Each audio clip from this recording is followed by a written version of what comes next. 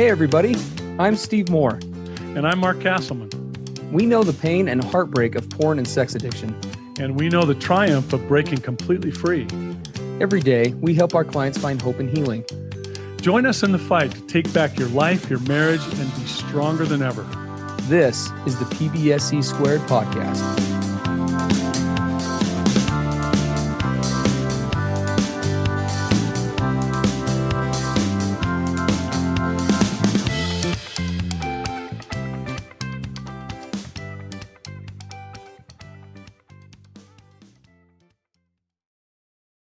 Hello, everybody. Welcome to episode 262 of the PBSC podcast. Steve Moore and Mark Castleman here with you.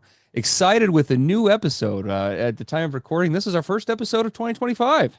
So we're excited to be back. Not that we ever went anywhere because we did podcasts through the holidays. So I guess it's always been here, but we are excited to be with all of you. We hope that you all had a relaxing and recharging vacation and time off with family and connecting.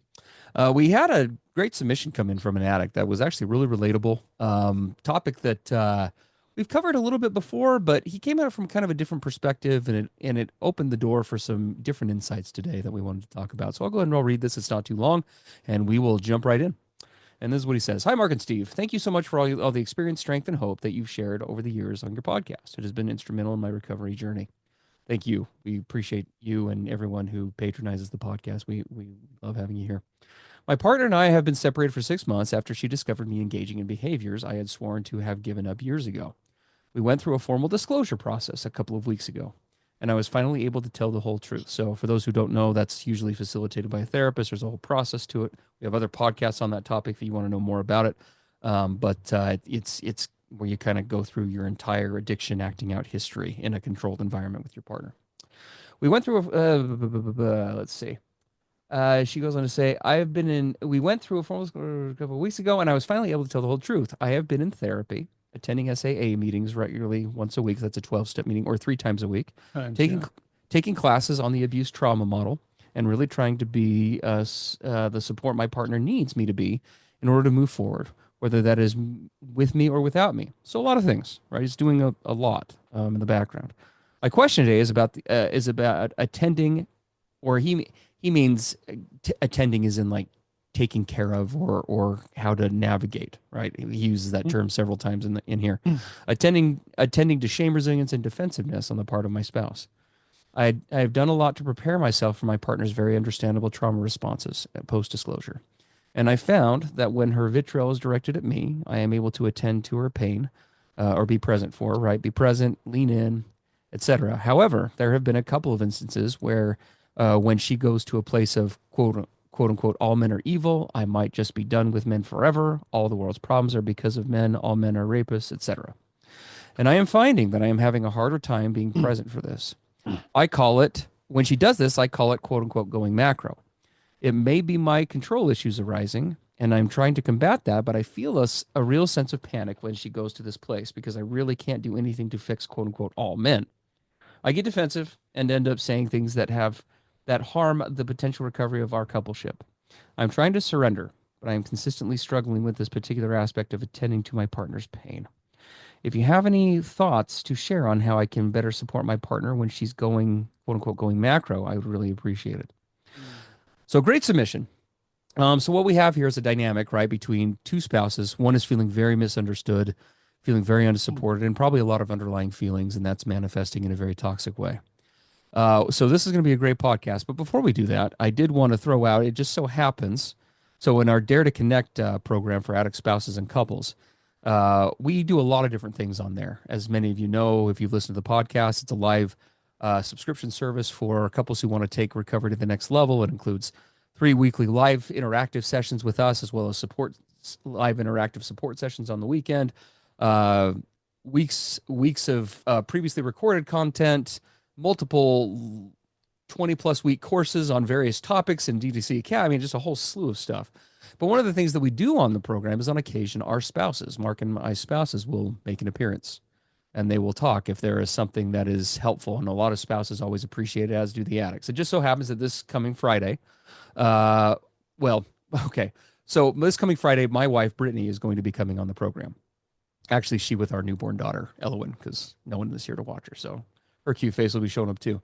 The reason why that's happening is because, we've been talking about in D2C, we've turned it into a real learning experience. But Steve, myself, had a bit of I would call it an emotional lapse, maybe even an emotional, and I don't want to use the term relapse because it has nothing to do with sobriety. But if you've heard that term before, we had some pretty triggering high trauma stuff happen with one of our pets who was kind of like one of our kids. Some existing issues there played into some resentments that developed for me. And I essentially handled those feelings in all of the wrong ways, the way that I used to handle them. And it resulted in a fairly significant divide for Brittany and I for about a week, a little over a week. In fact, we're still kind of putting the finishing touches on working through it. She is going to be coming on the podcast or on Dare to Connect live for our session on Friday for our couples. So if you are considering the Dare to Connect program, if you are wanting to level up your recovery, you now have two reasons right now as of the date of this podcast. One, you'll be able to tune into that live, get my wife's perspective. She is definitely the better half when it comes to all of these things. I'd like to think I know my stuff with recovery, but Brittany absolutely kills it. And be able to walk through that interaction with us and learn from the time and energy and money we've spent on therapy and the work that we've done and how we handle those kinds of things. But in addition to that, if you're listening to this during the month of January 2025, all the way through the 31st, you have the opportunity to take advantage of our promotion, our once a year promotion for getting $150 or a little over half off of your first month of a Dare to Connect subscription. So essentially, that gets you 6 weeks, of the Dare to Connect program for the cost of one half of the month with the 2-week trial included.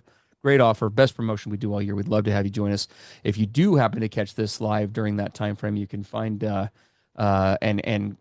use the coupon code D2C for the holidays 2025, and you'll see how that's actually spelled at the bottom of your screen if you watch this on YouTube.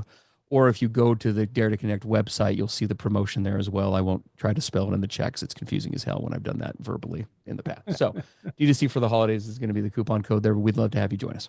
Yeah. Okay, so with that being said, let's actually jump into this dynamic. Let's jump into this podcast and talk about this very understandable situation. Yeah, Steve, as you and I read this submission from this addict in recovery, it really hit home with us because, of course, we've been in his position. After, in my case and yours, I mean, decades of betrayal of our partners. And you and I talked about, I put a little term in here on notes called the anatomy of trauma, right? What is trauma in the brain? Where does it come from? What does it look like? How can we start to wrap our arms around the response of this betrayed partner? And as you look at that, so I take myself as an example, and so many guys that I've worked with, couples I've worked with. You need to come at this and really try to step, although we as addicts can never do this completely, but we can try to step into the shoes of our partners. And if I look at my situation, I came into the marriage with my spouse, right? Our engagement, the courting process, the marriage, and I brought a whole ton of baggage that she knew nothing about. Mm. And I made sure that she didn't know anything about it. Why? Because I was deathly afraid that if I showed my whole self to her at that point, that she would say no. She would reject me. We would not be a thing. Mm-hmm. And I was convinced that would be true. So I put on some level of stealth mode and brought a whole bunch of stuff into our relationship, including addiction, including mental illness, including enormous childhood traumas that she was mostly unaware of. Mm. So she came to our relationship fully transparent. She really let me see all of her pretty much. I mean, other things have come through, of course, over the years as we've grown closer and it's been safer for her, but I knew her. She didn't hide anything. She was all in. She was all in from the beginning. She's like, I'm bringing all of me to this relationship. My loyalty, my fidelity, my commitment, my whole self. And I can tell you that it really was true with her. Now, fast forward to 15 years into our marriage, Now all this stuff starts coming out, and Mark starts trickle disclosing, and things start to Mm. become apparent about what's really been going on for 15 years. Imagine the shock to my wife's system. Imagine the trauma blow to her brain when she suddenly sees that that first 15 years was not what she thought it was Yeah. not what I led her to believe that it was. I would call this an emotional blindside. It's like emotionally, mentally, she was broadsided by a semi truck of all Mark's stuff. So imagine what that does to a person, what it does to the complete now removal of safety, the complete removal of trust, the realization that we didn't start at the same place in this relationship. I was all in and he was not. Right? Questioning whether anything we've experienced this whole time was real. I mean, what else has he lied about me? Who else has lied to me? If I can't trust him, this person I was supposed to be the closest to in the whole world, who can I trust? Right? Think of the impact of all of this now, as you reference back to what Steve read at the beginning about this betrayed partner and how she's trying to cope with this. This is the anatomy of trauma. She is now in a place where her brain says you can't trust anything. You are not safe. Everything you thought was true is a lie. Yeah. And then, of course, what does the traumatized brain do to be safe? I must take this situation with my partner, and in order to stay ultimately safe, I'm just going to simply apply it to the whole world of men. Isn't that the most ironclad approach to be safe now? Just to apply it across the board. Wouldn't that keep you, as part of her traumatized self is seeing it? This is what will keep me safe. They're all like this. You can totally understand it. I mean, I look at it now with all my own recovery and therapy and mental help with my mental illness and my traumatized past. I really understand where she's coming from. This has got to be all or nothing, black or white, totally apply it across the board, or I can't be safe. That's how massive this blow was to her life, to everything she believes, everything she assumed. This is a massive, massive collision. And so I just so felt this as we read it. And there's one other thing I want to say here. If she didn't care about this relationship, if she didn't care about him, if she didn't care about them, would she have this kind of response to this situation? I would say no. She'd probably just say, well, who cares? Well, he doesn't mean that much to me. We don't mean that much to me. I'm just going to move on, whatever, no big deal, right? Off she goes. That's not her response. The magnitude of her response tells you just how much this relationship has meant to her. I would say how much he means to her.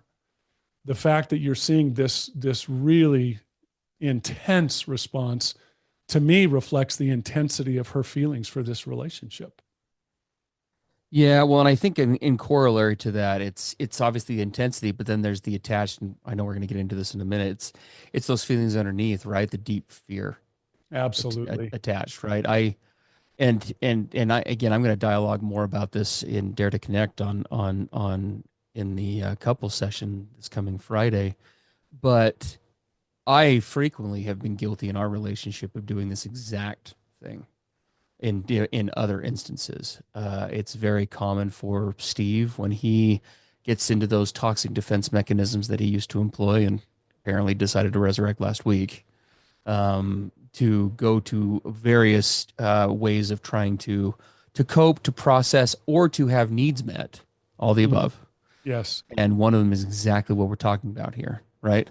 It's over, right? It's the sky is falling mentality. It's over. We're never going to make it. This is never going to work. It'll always be this way. It never can change. It'll never be different. Right now, in my authentic state of mind, speaking for me, is that what I'm really meaning? No, when I'm in an authentic place, at least the vast majority of the time. So what is really being said there for Steve? And again, this is just for me. This is just an example of how this can be, what can be underneath. I am scared that it will never be able to be different. Mm.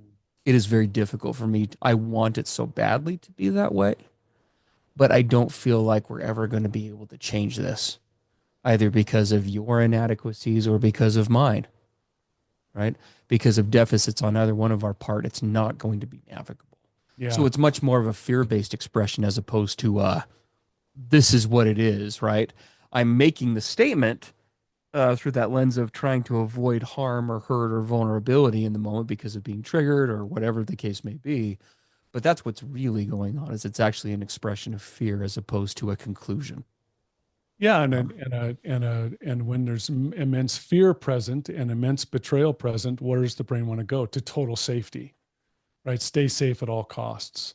yes. And I know, Steve, as you and I have worked with betrayed partners, as I look at myself, from the betrayal that I and trauma I went through as a kid, a lot of times when I would erupt, which was sometimes I was more of the stoic, go silent, shut everyone and everything off, right? The whole world is out to get me. I'm going to cut everyone off.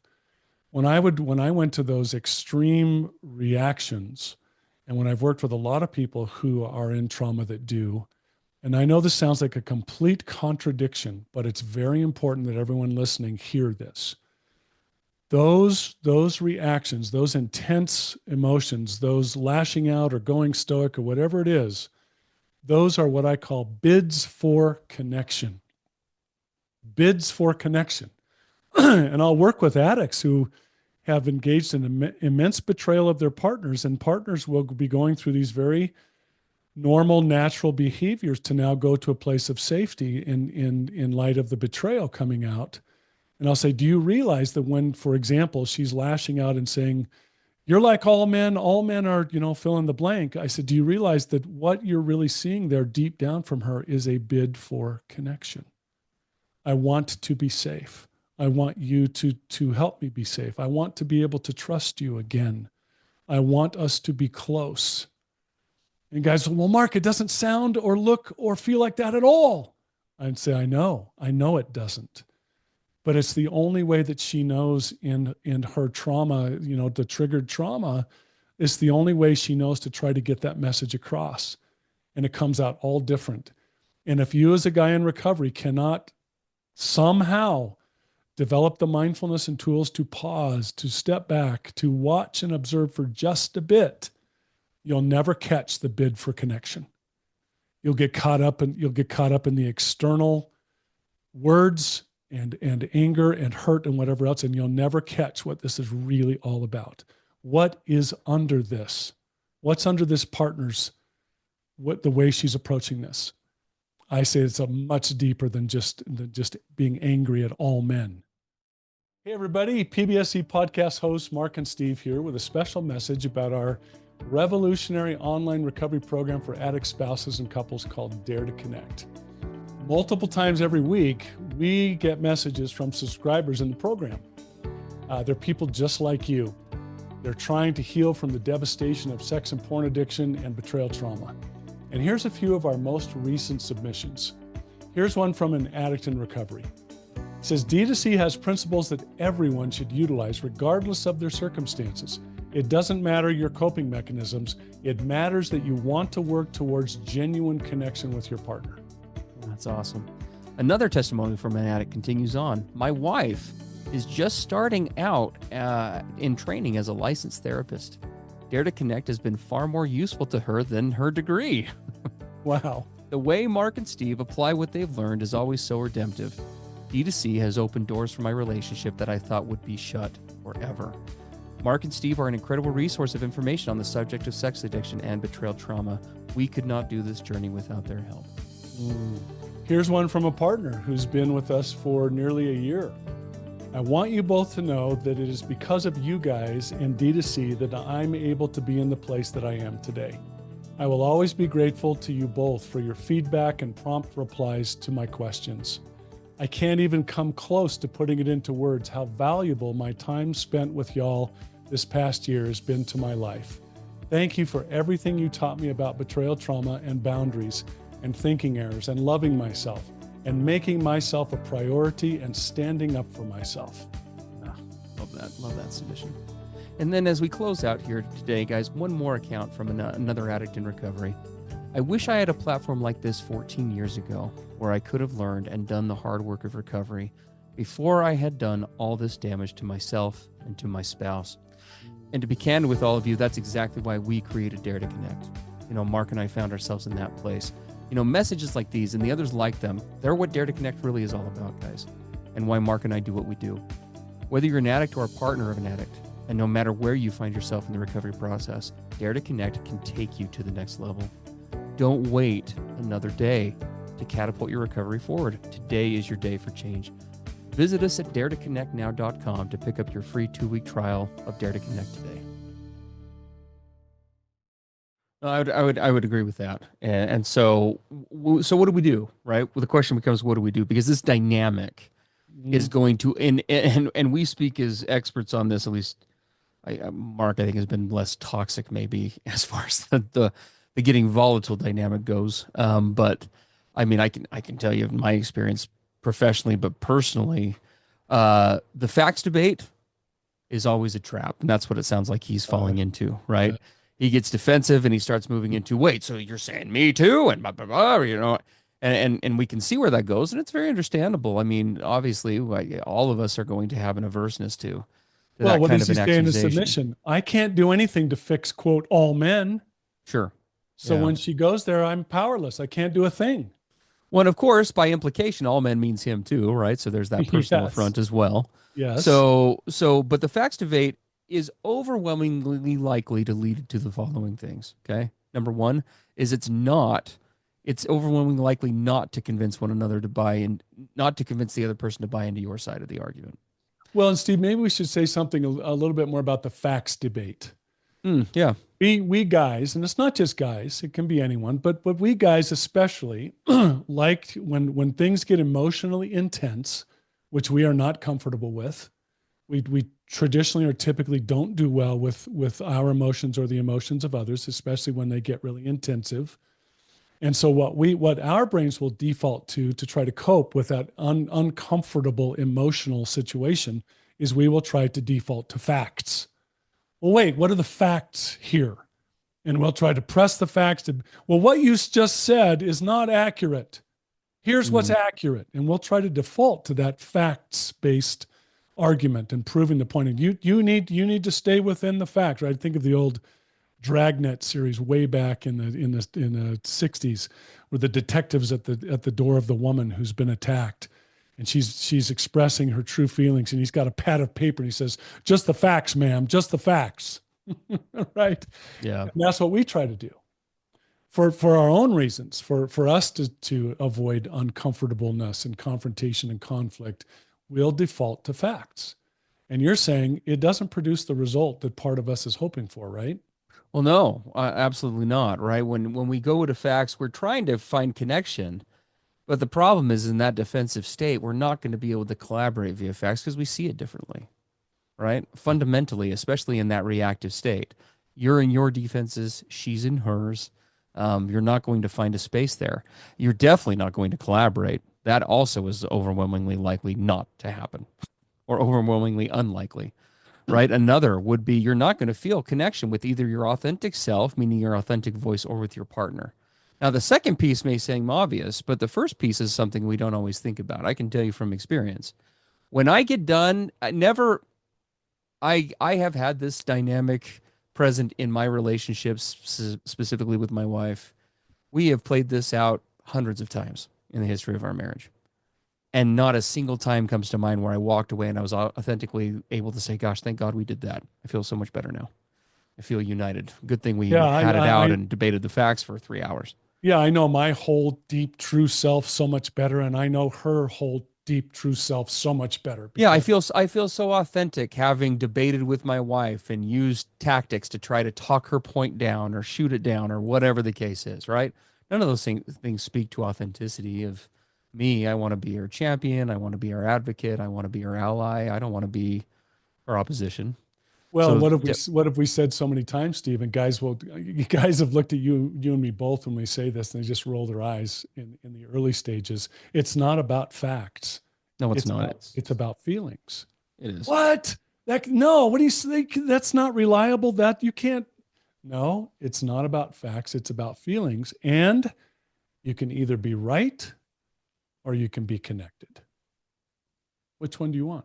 Or even more accurately to say, you can feel right or You you can, can be right. connected. Yeah, you're exactly. Yeah, Because oftentimes it's not even your right. no, no, no. How many times, Steve, have you and I debated the facts with our partners and walked away vindicated?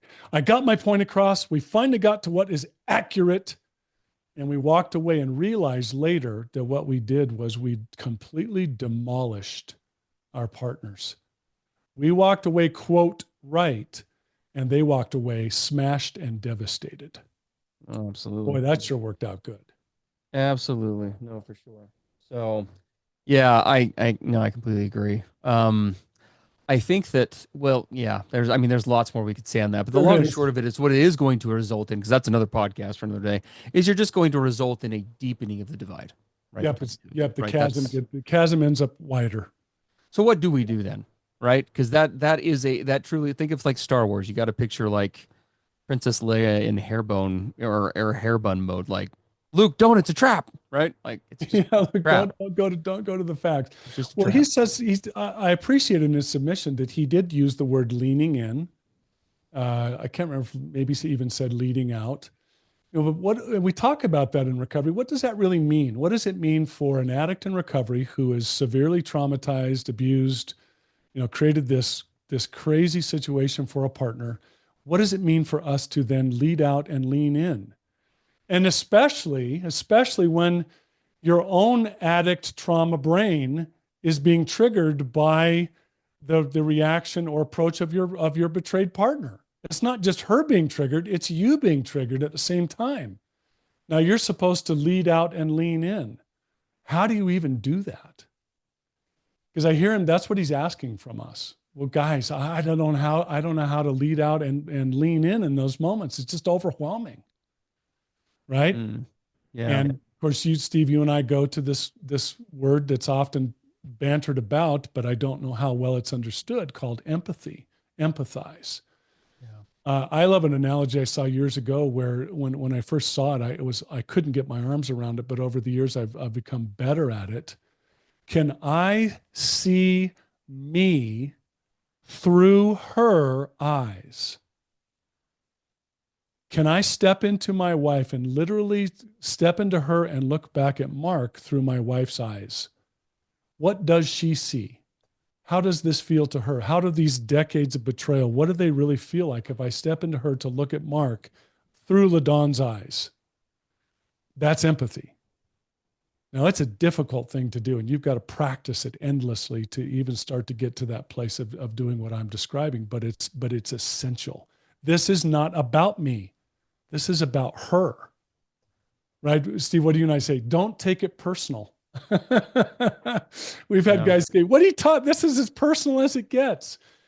Yes, but what we mean by don't take it personal is you're coming at this, is this being all about you, but this is all about her. Yes, what you've done, but your partner is in crisis in this moment. And can you put yourself in a place to come to her aid? Right? Yeah. That's leaning in. Yeah. Well, and the empathy piece, right, is again only the start, right? Because there's so many other pieces to this. I mean, three others to be specific. Um, next is we have to be authentic about our perspective, Mm. right? And that is alongside, well, and sorry, I kind of jumped the gun because there's the sidebar of empathy, which is you can only truly empathize if you're not personalizing it at the same in the same sentence, That's right. Well, because what right? is this guy's brain saying? That's not true. That's not fair. I'm not all men. I'm not, she's not being right. Here we go, the fallacy of fairness again. I can't go to empathy because this is just isn't accurate, right? We're personalizing it. We're getting down to the nitty gritty facts and we're starting to debate the details in our head and then with our partner. And you're just not going to get to empathy and leaning in by taking that approach. Yeah. It's about connecting with the current reality, right? I mean, that's what really is going on. The Mm. reality as your partner sees it. Facts are all about the discovery process, and I use air quotes with that because whatever the hell that means, an intimate discussion about what is actual reality, which Yeah. will be endlessly debatable.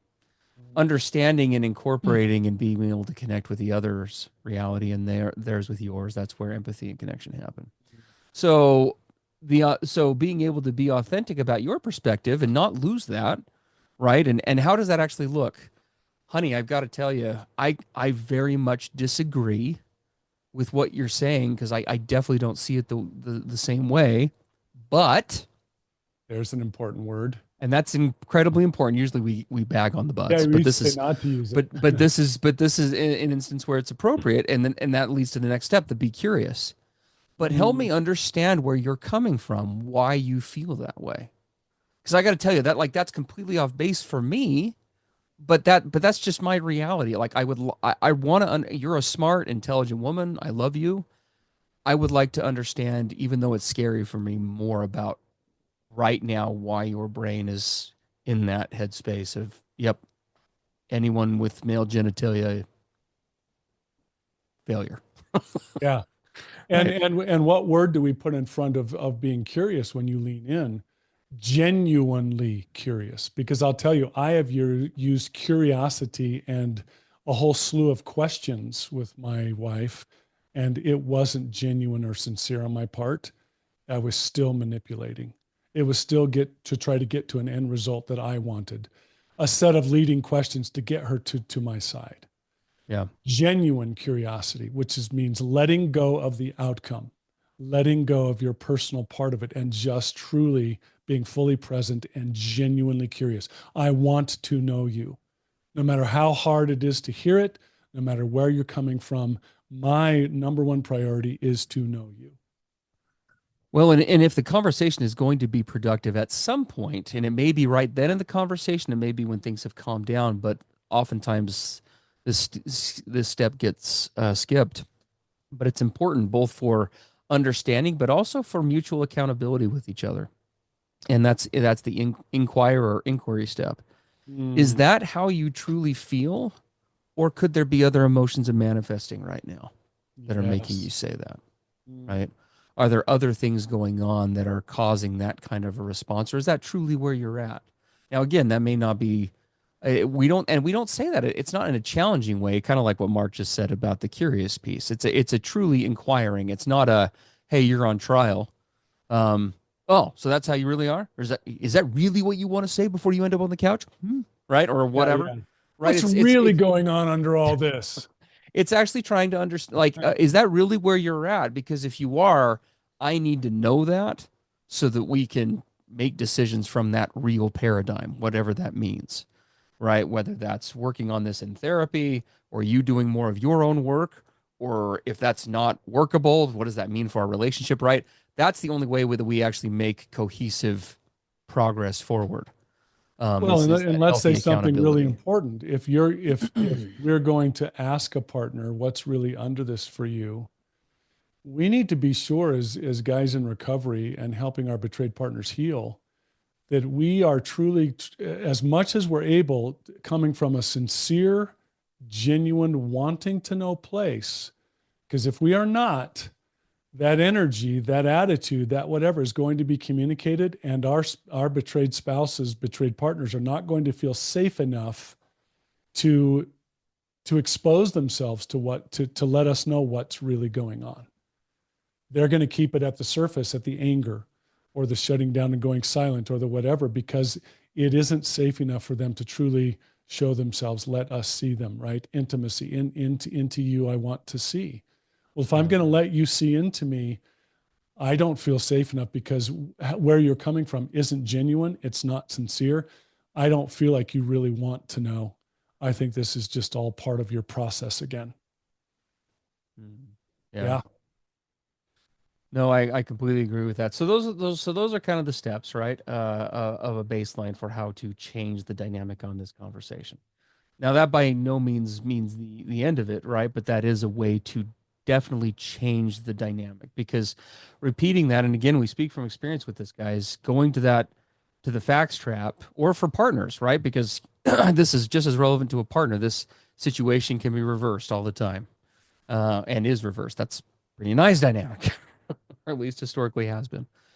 So we hope you find that helpful. We've got lots more podcasts. We do invite all of you. If you like, again, what you hear here, then you will love the Dare to Connect program. We talked about in depth what it provides earlier. You won't find a better offer or promotion on what is already a crazily reasonably priced program for what it delivers. More content than you could ever possibly process. A one-stop shop for all things recovery. We'd love to have you join us at Dare to Connect. You can find information about there, taking advantage of the free trial, as well as through the end of January 2025, the half off your first month offer, or more than half off your first month offer at daretoconnectnow.com. And as always, please feel free to send us submissions for the podcast. We always love to address those first and foremost, questions or issues that you come across. Those can be sent to us. If you go to pbscpodcast.com, it actually directs you to daretoconnectnow.com. But up at the top, there's just a bar you can click that'll take you to the PBSC site where you can submit that through the contact form. We'd love to hear from you. Yeah, love it. Well, thanks for being here with us. We hope that the start of this year has been a good one for you, and hope to see some of you over at Dare to Connect to go much deeper and get into a lot of these things. But we'll look forward to touching base with you in the next episode. All right, take care. Everything expressed on the PBSC podcast are the opinions of the hosts and the participants and is for informational and educational purposes only. This podcast should not be considered mental health therapy or as a substitute thereof. It is strongly recommended that you seek out the clinical guidance of an individual qualified mental health professional. If you're experiencing thoughts of suicide, self-harm, or a desire to harm others, please dial 911 or go to your nearest emergency room.